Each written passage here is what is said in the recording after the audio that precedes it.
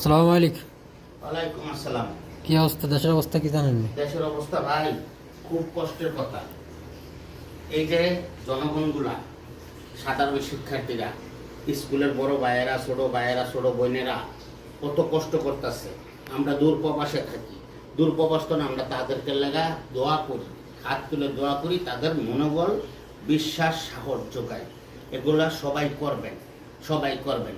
যেই ভাইয়েরা পুলিশেরা চাকরি করেন, আপনারা যে একটা জনগণের গুলি করেন, একটু চিন্তা করেন, আপনার তো একটা সন্তান আসছে।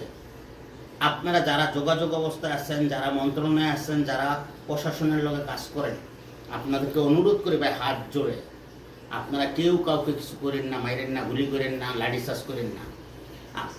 আপনারা নিজেরা ক্ষতি করতেছেন। আপনার কেন ভাই? সরকারের লাভ, আপনারা চাকরি করেন, আজকে আপনারা না করে দিব, আপনি চাকরি তুমি বরখাস্ত হয়ে যাইতে দিব, আপনার কি লাভটা?